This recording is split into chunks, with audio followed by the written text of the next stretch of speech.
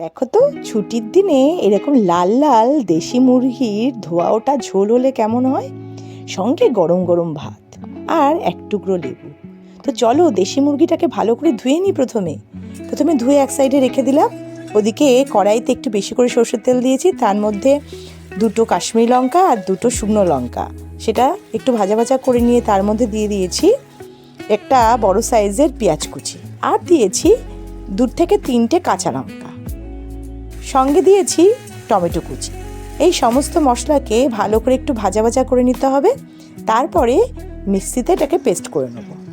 তো দেখো সমস্ত মশলাগুলো আমি দিয়ে দিলাম, তারপরে পেস্টও করে নিলাম, এটা একটা সাইডে রেখে দিলাম।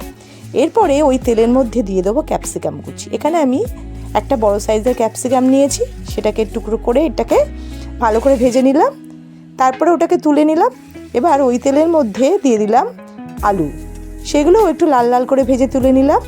এরপরে আর একটু তেল দিয়ে তার মধ্যে দিলাম গোটা গরম মশলা, একটা বড় এলাচও দিয়েছি, আর দিয়েছি 2টো তেজপাতা।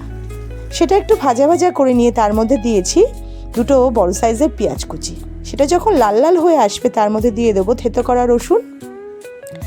সেটা একটু ভেজে নিয়ে তার মধ্যে সেই যে মিক্সিতে পেস্ট করেছিলাম সেই মশলাটা দিয়ে দিলাম। এরপরে পরিমাণ মতো হলুদ, 1 চামচ জিরের গুঁড়ো, 1.5 চামচ ধনে গুঁড়ো আর কাশ্মীরি লঙ্কার গুঁড়ো দিয়ে ভালো করে এটাকে কষিয়ে নিতে হবে। তারপরে মশলা থেকে যখন তেল বেরিয়ে আসবে তখন সেই মাংসের টুকরোগুলো দিয়ে ভালোভাবে কষাতে শুরু করতে হবে। তারপরে পরিমাণ মতো নুন দিতে হবে, তারপরে আবারও ভালো করে এটাকে মিশিয়ে দিতে হবে। এই পুরো প্রসেসটা লো টু মিডিয়াম ফ্লেমে একটু ধৈর্য ধরে করতে হবে।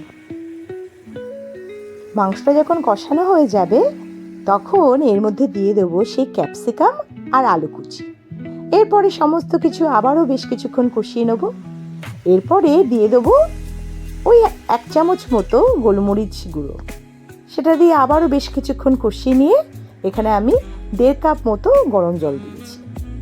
এরপরে মোটামুটি 5-6 মিনিটের জন্য এটাকে ঢাকা দিয়ে রেখে দেবো লো টু মিডিয়াম ফ্লেমে।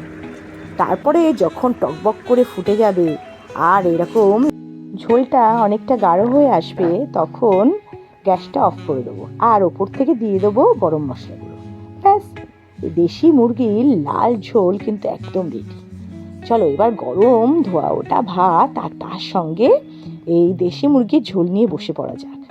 তো চলো প্রথমে ভাতটা নিয়ে নিলাম, তার সঙ্গে একটু আলু আর মুরগি সেই ফেমাস লেগ পিস, সঙ্গে একটু ঝোল।